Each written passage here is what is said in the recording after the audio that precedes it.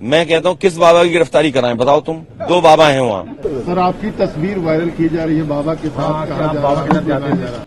देखिए, बीजेपी कितना घटिया काम कर सकती है। बीजेपी किसी भी नीचाई तक जा सकती है।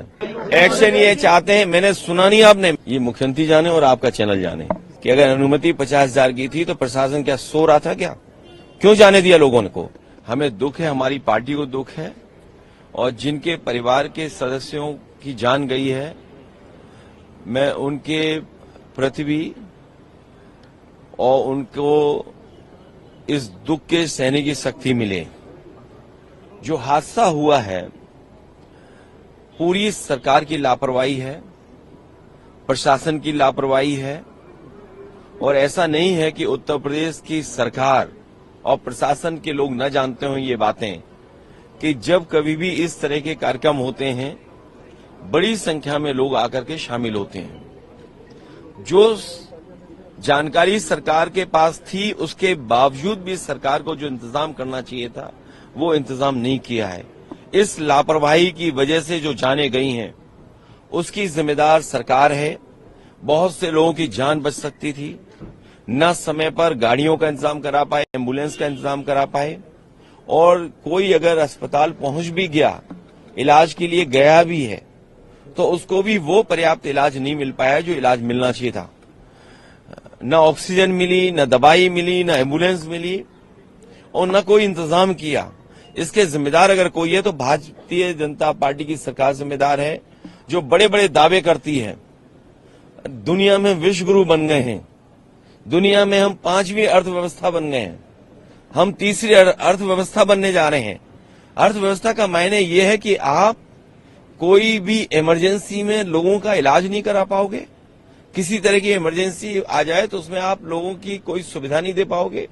आप अस्पताल में ले जाएंगे तो खाली अस्पताल होंगे, न दवाई होगी, न इंतजाम होगा, और न ऑक्सीजन होगा। तो ये कैसी अर्थव्यवस्था है जो आप कहां पहुंचाना चाहते हो?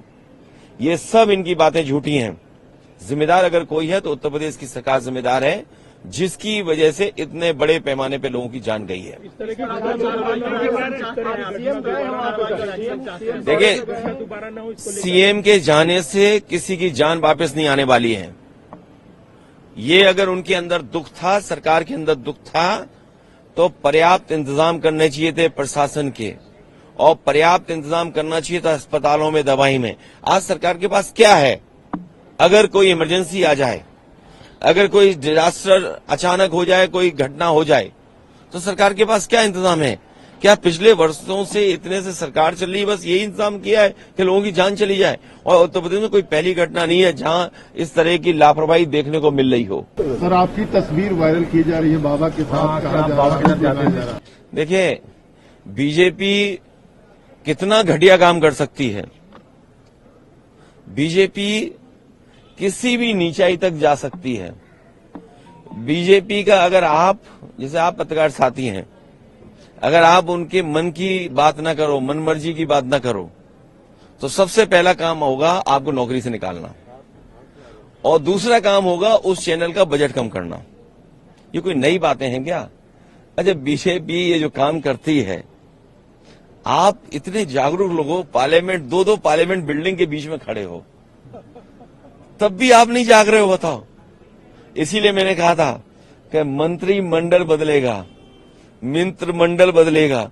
अब मीडिया मंडल नहीं बदल पाए तो क्या, यहाँ खड़े हैं हम लोग। अखिलेश जी, योगी जी कह रहे हैं, मुख्यमंत्री कह रहे हैं कि देखिए, उच्च स्तरीय जांच क्या है? दिल्ली सरकार उनकी है, यूपी सरकार उनकी है। अगर आपको जांच करनी है तो जो कवरेज आप लोग दे रहे हो, जो ईमानदारी से आपकी कवरेज आ रही है, उन्हीं तस्वीरों को देख करके सरकार को सोचना चाहिए कि सरकार ने क्या किया है। क्या यही रास्ता विश्व गुरु बनने का है? क्या यही रास्ता 5वीं अर्थव्यवस्था का है? और यही रास्ता है कि 3री अर्थव्यवस्था बन जाओगे दुनिया की? अरे, दुनिया की अर्थव्यवस्था नहीं बनना, बनो ना बनो, ऑक्सीजन तो दे दो, दवाई तो दे दो, इमरजेंसी में किसी की मदद तो कर दो।